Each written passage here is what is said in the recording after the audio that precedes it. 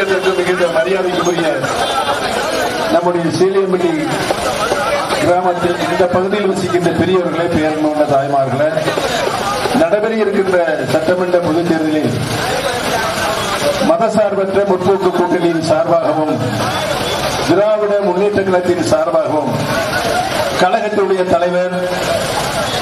மாண்புமிகு முதலமைச்சர் ஐயா மு.க. ஸ்டாலின் அவர்கள் மீண்டும் இரண்டாவது முறையாக முதலமைச்சராக வருவதற்கு போடிநாயக்கனூர் சட்டமன்ற தொகுதியில் என்னை வெற்றி வேட்பாளராக ஐயா ஸ்டாலின் அவர்கள் நிலைநிறுத்தியிருக்கிறார் என்பதை பணியோடு தெரிவித்துக் கொண்டு, பெரியவர்களே, தாய்மார்களே, 5 ஆண்டு காலம் ஒரு சிறப்பான ஆட்சி. நாட்டு மக்களுக்கு எது தேவையோ, எதை தந்தால் அவர்கள் பயனுள்ள பொருளாக அதை பயன்படுத்திக் கொள்வார்கள் என்பதை உணர்ந்து அறிந்து